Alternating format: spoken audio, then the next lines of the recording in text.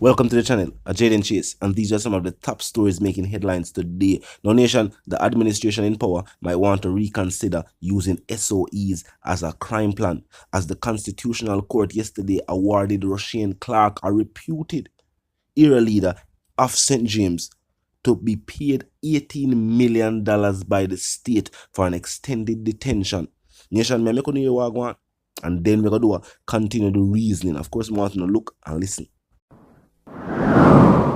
State of emergency is declared in January 2018. He's detained in February. Now, he's supposedly detained pursuant to a detention order issued by the minister. But the minister didn't issue the order until April. The security forces went to the minister in April with a list of persons and say, please detain, make orders detaining these persons for the following reasons. Not telling the minister that they detained this man from February. So that's the first thing. The reasons they gave included he is suspected of being involved in X murder and in X crime. But they don't tell the minister that he was charged with these things and acquitted years ago.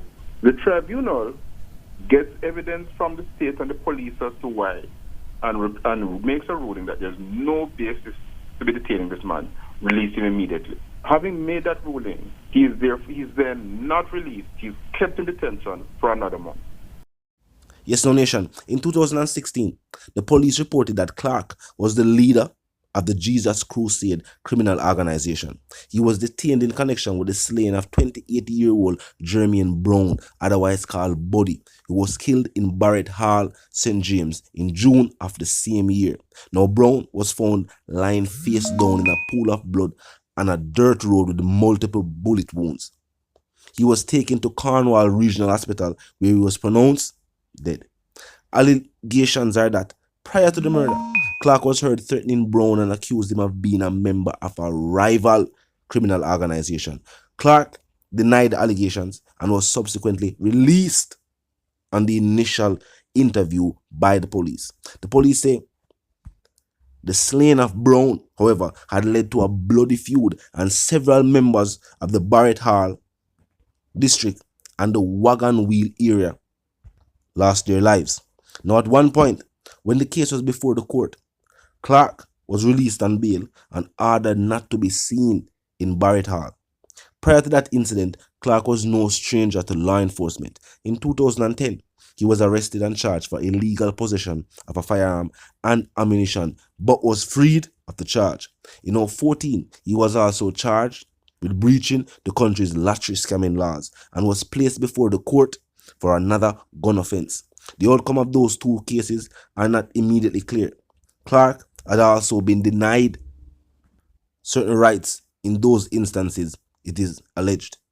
Clark also denied any wrongdoing and connections to those charges. Clark was then detained in 2018 amidst an upsurge in violence in Barrett Hall. However, he was not charged with any crime at that time. But I guess the police force, seeing that he was an individual of influence, thought that that was the best situation or scenario. The Constitutional Court ruled that Clark's constitutional rights were breached and that he had been or should be awarded $17.86 million, inclusive of compensatory, vindicatory, and aggravated damages. Now, recently we see a cabbie also win another case where he was detained under some SOE type situation. You see, the problem is, with these type of protocols being put in place by the administration, some members of law enforcement feel like it is within their powers to do as they will. Remember, unnecessarily the government out there violate the rights of individuals, but law enforcement, unclear about the specifications of the law itself, make certain mistakes. Now, this is also what people are talking about when they say failures on the part of the judicial system. Meaning, say, individuals are either arrested, detained, but little to no evidence is gathered against them. So when you hear these cases being put before the court, and you say, well, I'm beat the case there, I'm beat the case there, I'm beat the case there. Evidence. Remember, at the end of the day, court of law is not a place for hearsay. Hearsay that cannot be proven. In a court of law, hearsay goes alongside proof, some form of proof, whether circumstantial, tangible, or otherwise, but some form of evidence. And the majority of these cases it seems like there was insufficient evidence. Now, the whole scenario now is that this individual was detained for, let's just say, quite some time, with no charges being laid against him, or some of that call remand.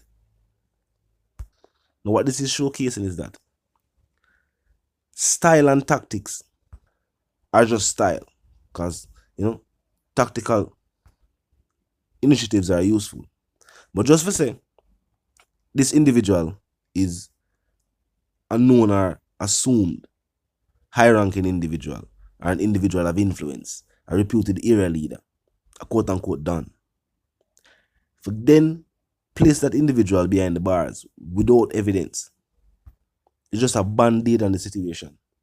Because eventually, especially if these individuals are, as we see in this case, a St. James individual, who seems to be an individual with a whole heap of money, and a little bit of money take to deal with them type of things. A QC, a Queen's Counsel upon the case. The right legal team, I gotta point out the fact say, you gotta have this individual detained without any reasonable cause.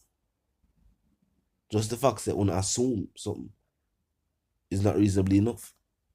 But the deeper problem is, when cases go before the court, go before a judge, there's little to no evidence to prove anything.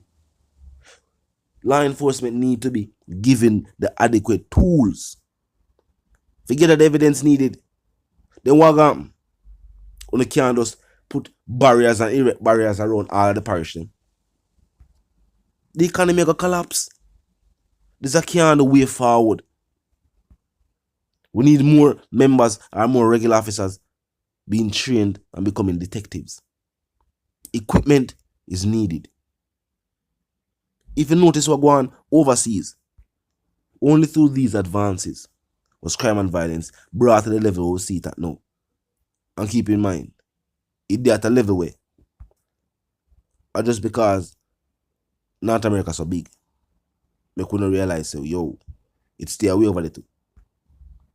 Remember when the people matter about CCTV footage and it being, probably waste of funding. This is a tool used by law enforcement overseas. It's also a tool used when cases are being made against certain individuals. And locally, that's been indispensable. And one of the only forms of evidence where law enforcement can readily present at any given time. Technological advances are out there. Investments need to be made in the Jamaica Constabulary Force. Just having individuals work long hours at checkpoints, not gonna do it. It will yield results in certain settings. Because the JCF did say them grab some people who then they look for a long time and things of that nature. And then recover some weapons.